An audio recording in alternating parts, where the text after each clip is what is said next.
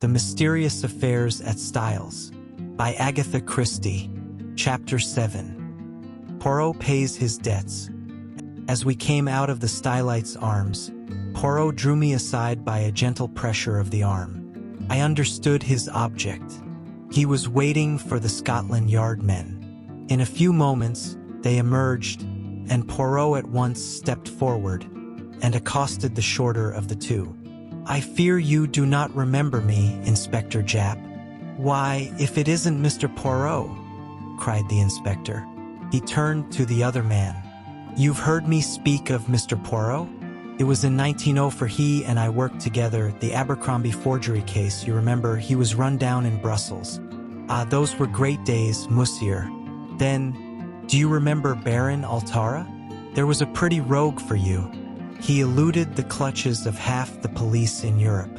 But we nailed him in Antwerp, thanks to Mr. Poirot here." As these friendly reminiscences were being indulged in, I drew nearer and was introduced to Detective Inspector Japp, who, in his turn, introduced us both to his companion, Superintendent Summerhay. "I need hardly ask what you are doing here, gentlemen," remarked Poirot. Japp closed one eye knowingly. "No, indeed. Pretty clear case, I should say." But Poirot answered gravely, "There I differ from you." "Oh, come," said Summerhay, opening his lips for the first time. "Surely the whole thing is clear as daylight. The man's caught red-handed. How he could be such a fool beats me." But Japp was looking attentively at Poirot. "Hold your fire, Summerhay," he remarked jocularly. "Me and Monsieur here have met before, and there's no man's judgment I'd sooner take than his. If I'm not greatly mistaken, he's got something up his sleeve. Isn't that so, Monsieur?" Poirot smiled. "I have drawn certain conclusions, yes." Summerhay was still looking rather skeptical, but Japp continued his scrutiny of Poirot. "It's this way," he said. "So far, we've only seen the case from the outside. That's where the Yard's at a disadvantage in a case of this kind, where the murder's only out, so to speak, after the inquest. A lot depends on being on the spot first thing, and that's where Mr. Poirot's had the start of us. We shouldn't have been here as soon as this even, if it hadn't been for the fact that there was a smart doctor on the spot who gave us the tip through the coroner. But you've been on the spot from the first, and you may have picked up some little hints. From the evidence at the inquest, Mr. Inglethorpe murdered his wife as sure as I stand here, and if anyone but you hinted the contrary, I'd laugh in his face. I must say I was surprised the jury didn't bring it in willful murder against him right off. I think they would have if it hadn't been for the coroner. He seemed to be holding them back. Perhaps, though, you have a warrant for his arrest in your pocket now," suggested Poirot. A kind of wooden shudder of officialdom came down from Japp's expressive countenance. "Perhaps I have, and perhaps I haven't," he remarked dryly. Poirot looked at him thoughtfully. "I am very anxious, messrs, that he should not be arrested." "I dare say," observed Summerhay sarcastically. Japp was regarding Poirot with comical perplexity. "Can't you go a little further, Mr. Poirot? A wink's as good as a nod from you. You've been on the spot, and the Yard doesn't want to make any mistakes, you know." Poirot nodded gravely. "That is exactly what I thought. Well, I will tell you this. Use your warrant. Arrest Mr. Inglethorpe. But it will bring you no kudos. The case against him will be dismissed at once. Comme ça." And he snapped his fingers expressively. Japp's face grew grave, though Summerhay gave an incredulous snort. As for me, I was literally dumb with astonishment. I could only conclude that Poirot was mad. Japp had taken out a handkerchief and was gently dabbing his brow. "I daren't do it, Mr. Poirot. I take your word. But there's others over me who'll be asking what the devil I mean by it. Can't you give me a little more to go on?" Poirot reflected a moment. "It can be done," he said at last. "I admit I do not wish it. It forces my hand. I would have preferred to work in the dark just for the present. But what you say is very just. The word of a Belgian policeman whose day is past is not enough, and Alfred Inglethorpe must not be arrested. That I have sworn, as my friend Hastings here knows. See, then, my good Jap, you go at once to Styles. Well, in about half an hour. We're seeing the coroner and the doctor first. Good. Call for me in passing the last house in the village. I will go with you. At Styles, Mr. Inglethorpe will give you, or if he refuses, as is probable, I will give you such proofs that shall satisfy you that the case against him could not possibly be sustained. Is that a bargain? That's a bargain, said Jap heartily. And on behalf of the yard, I'm much obliged to you, though I'm bound to confess I can't at present see the faintest possible loophole in the evidence. But you always were a marvel. So long, then, monsieur. The two detectives strode away, Summerhay with an incredulous grin on his face. Well, my friend, cried Poirot, before I could get in a word. What do you think? Mon Dieu! I had some warm moments in that court. I did not figure to myself that the man would be so pig-headed as to refuse to say anything at all. Decidedly, it was the policy of an imbecile. Hashem. There are other explanations besides that of imbecility, I remarked. For, if the case against him is true, how could he defend himself except by silence? Why, in 1,000 ingenious ways, cried Poirot. See, say that it is I who have committed this murder. I can think of 7 most plausible stories, far more convincing than Mr. Inglethorpe's stony denials. I could not help laughing. My dear Poirot, I am sure you are capable of thinking of 70, but, seriously, in spite of what I heard you say to the detectives, you surely cannot still believe in the possibility of Alfred Inglethorpe's innocence. Why not now as much as before? Nothing has changed. But the evidence is so conclusive. Yes, too conclusive. We turned in at the gate of Leastways Cottage and proceeded up the now familiar stairs. Yes, too conclusive, continued Poirot almost to himself. Real evidence is usually vague and unsatisfactory. It has to be examined, sifted. But here the whole thing is cut and dried. No, my friend, this evidence has been very cleverly manufactured. So cleverly that it has defeated its own ends. How do you make that out? Because so long as the evidence against him was vague and intangible, it was very hard to disprove. But, in his anxiety, the criminal has drawn the net so closely that one cut will set Inglethorpe free.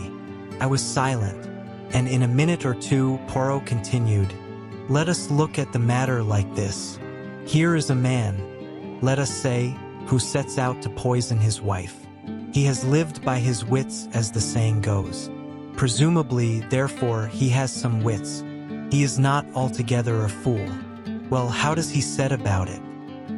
He goes boldly to the village chemist's and purchases strychnine under his own name, with a trumped-up story about a dog which is bound to be proved absurd. He does not employ the poison that night. No, he waits until he has had a violent quarrel with her, of which the whole household is cognizant, and which naturally directs their suspicions upon him. He prepares no defense, no shadow of an alibi, yet he knows the chemist's assistant must necessarily come forward with the facts. Bah! Do not ask me to believe that any man could be so idiotic. Only a lunatic, who wished to commit suicide by causing himself to be hanged, would act so. Still, I do not see. I began. Neither do I see. I tell you, mon ami, it puzzles me. Me, Hercule Poirot. But if you believe him innocent, how do you explain his buying the strychnine? Very simply, he did not buy it. But Mace recognized him. I beg your pardon. He saw a man with a black beard like Mr. Inglethorpe's, and wearing glasses like Mr. Inglethorpe, and dressed in Mr. Inglethorpe's rather noticeable clothes. He could not recognize a man whom he had probably only seen in the distance, since, you remember, he himself had only been in the village a fortnight, and Mrs. Inglethorpe dealt principally with Coots in Tadminster. Then you think, mon ami, do you remember the 2 points I laid stress upon? Leave the first one for the moment. What was the second? The important fact that Alfred Inglethorpe wears peculiar clothes, has a black beard, and uses glasses, I quoted. Exactly. Now suppose anyone wished to pass himself off as John or Lawrence Cavendish. Would it be easy? No, I said thoughtfully. Of course an actor. But Poirot cut me short ruthlessly. And why would it not be easy? I will tell you, my friend. Because they are both clean-shaven men. To make up successfully as one of these two in broad daylight, it would need an actor of genius and a certain initial facial resemblance. But in the case of Alfred Inglethorpe, all that is changed. His clothes, his beard, the glasses which hide his eyes, those are the salient points about his personal appearance. Now, what is the first instinct of the criminal? To divert suspicion from himself, is it not so? And how can he best do that? By throwing it on someone else. In this instance, there was a man ready to his hand. Everybody was predisposed to believe in Mr. Inglethorpe's guilt. It was a foregone conclusion that he would be suspected. But to make it a sure thing, there must be tangible proof, such as the actual buying of the poison, and that, with a man of the peculiar appearance of Mr. Inglethorpe, was not difficult.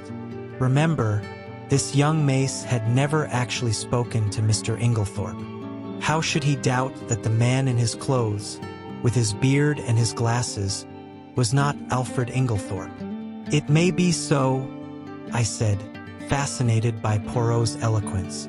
But if that was the case, why does he not say where he was at 6 o'clock on Monday evening? Ah, why indeed? Said Poirot, calming down. If he were arrested, he probably would speak, but I do not want it to come to that. I must make him see the gravity of his position. There is, of course, something discreditable behind his silence. If he did not murder his wife, he is, nevertheless, a scoundrel, and has something of his own to conceal, quite apart from the murder. What can it be? I mused, won over to Poirot's views for the moment, although still retaining a faint conviction that the obvious deduction was the correct one. Can you not guess? Asked Poirot, smiling. No, can you? Oh, yes, I had a little idea some time ago, and it has turned out to be correct. You never told me, I said reproachfully. Poirot spread out his hands apologetically. Pardon me, mon ami. You were not precisely sympathetic. He turned to me earnestly. Tell me, you see now that he must not be arrested? Perhaps, I said doubtfully, for I was really quite indifferent to the fate of Alfred Inglethorpe, and thought that a good fright would do him no harm. Poirot, who was watching me intently, gave a sigh. Come, my friend, he said, changing the subject. Apart from Mr. Inglethorpe, how did the evidence at the inquest strike you? Oh, pretty much what I expected. Did nothing strike you as peculiar about it? My thoughts flew to Mary Cavendish, and I hedged. In what way? Well, Mr. Lawrence Cavendish's evidence, for instance? I was relieved. Oh, Lawrence. No, I don't think so. He's always a nervous chap. His suggestion that his mother might have been poisoned accidentally by means of the tonic she was taking, that did not strike you as strange, Hein? No, I can't say it did. The doctors ridiculed it, of course. But it was quite a natural suggestion for a layman to make. But Monsieur Lawrence is not a layman. You told me yourself that he had started by studying medicine, and that he had taken his degree. Yes, that's true. I never thought of that. I was rather startled. It is odd. Poirot nodded. From the first, his behavior has been peculiar. Of all the household, he alone would be likely to recognize the symptoms of strychnine poisoning, and yet we find him the only member of the family to uphold strenuously the theory of death from natural causes. If it had been Monsieur John, I could have understood it. He has no technical knowledge and is by nature unimaginative. But Monsieur Lawrence, no. And now, today, he puts forward a suggestion that he himself must have known was ridiculous. There is food for thought in this, mon ami. It's very confusing, I agreed. Then there is Mrs. Cavendish, continued Poirot. That's another who is not telling all she knows. What do you make of her attitude? I don't know what to make of it. It seems inconceivable that she should be shielding Alfred Inglethorpe. Yet that is what it looks like. Poirot nodded reflectively. Yes, it is queer. One thing is certain. She overheard a good deal more of that private conversation than she was willing to admit. And yet she is the last person one would accuse of stooping to eavesdrop. Exactly. One thing her evidence has shown me. I made a mistake. Dorcas was quite right. The quarrel did take place earlier in the afternoon, about 4 o'clock, as she said. I looked at him curiously. I had never understood his insistence on that point. Yes, a good deal that was peculiar came out today, continued Poirot. Dr. Bauerstein, now, what was he doing up and dressed at that hour in the morning? It is astonishing to me that no one commented on the fact. He has insomnia, I believe, I said doubtfully, which is a very good or a very bad explanation, remarked Poirot. It covers everything and explains nothing. I shall keep my eye on our clever Dr. Bauerstein. Any more faults to find with the evidence? I inquired satirically. Mon ami, replied Poirot gravely. When you find that people are not telling you the truth, look out. Now, unless I am much mistaken, at the inquest today only one. At most, 2 persons were speaking the truth without reservation or subterfuge. Oh, come now, Poirot. I won't cite Lawrence or Mrs. Cavendish. But there's John. And Miss Howard. Surely they were speaking the truth. Both of them, my friend? One, I grant you, but both.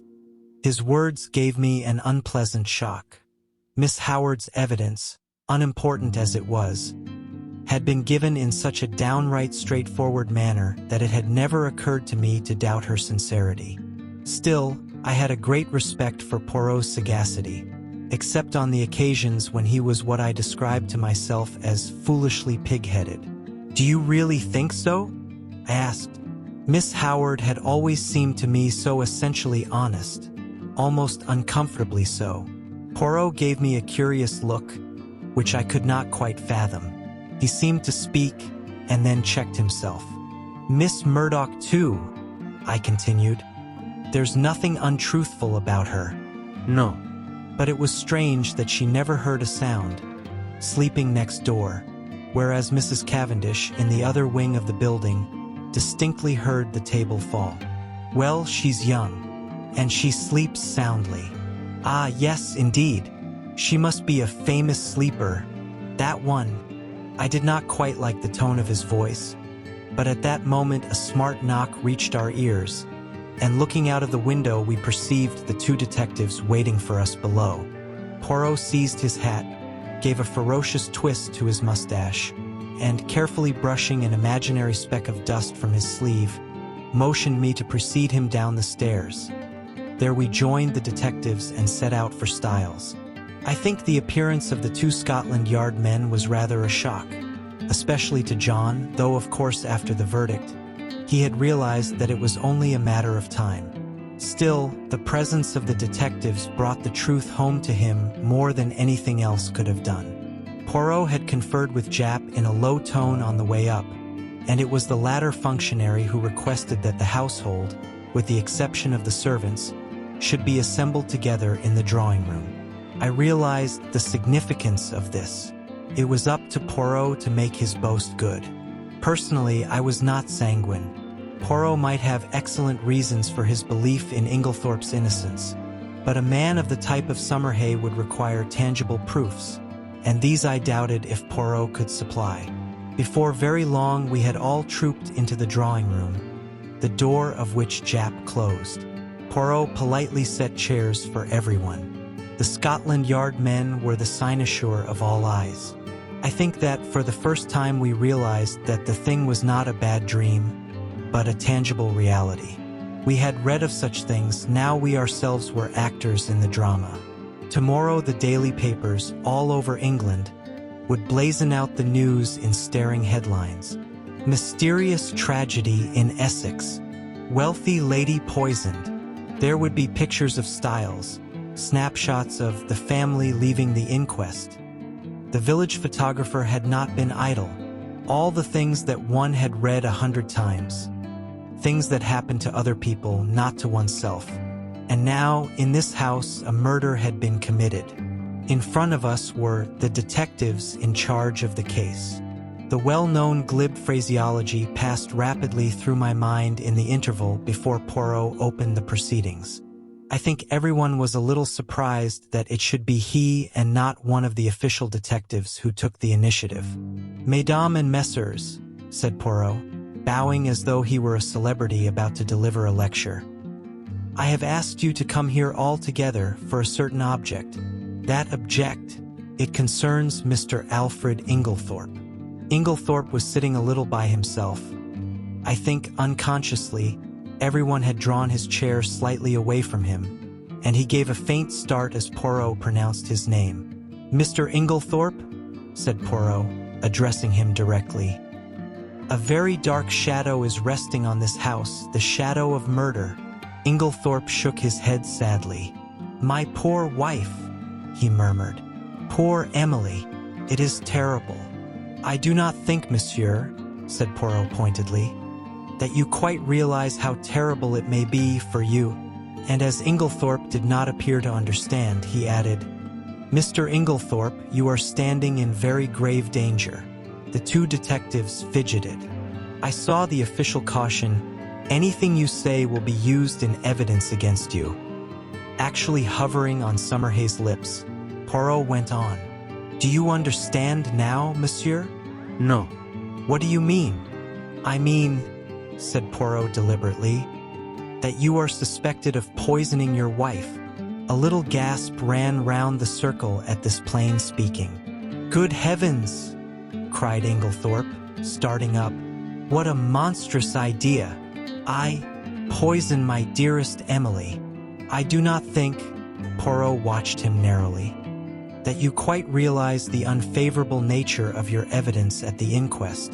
Mr. Inglethorpe, knowing what I have now told you, do you still refuse to say where you were at 6 o'clock on Monday afternoon?" With a groan, Alfred Inglethorpe sank down again and buried his face in his hands. Poirot approached and stood over him. "Speak!" he cried menacingly. With an effort, Inglethorpe raised his face from his hands.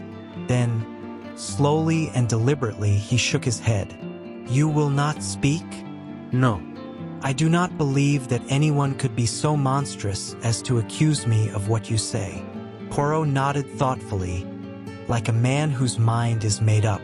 "Soit," he said. "Then I must speak for you." Alfred Inglethorpe sprang up again. "You? How can you speak? You do not know." He broke off abruptly. Poirot turned to face us. "Mesdames and messieurs, I speak. Listen. I, Hercule Poirot, affirm that the man who entered the chemist's shop and purchased strychnine at 6 o'clock on Monday last was not Mr. Inglethorpe. For at 6 o'clock on that day, Mr. Inglethorpe was escorting Mrs. Raikes back to her home from a neighboring farm. I can produce no less than 5 witnesses to swear to having seen them together, either at 6 or just after, and, as you may know, the Abbey Farm, Mrs. Raikes's home, is at least 2.5 miles distant from the village. There is absolutely no question as to the alibi. Like, share, comment, subscribe for more. Thank you.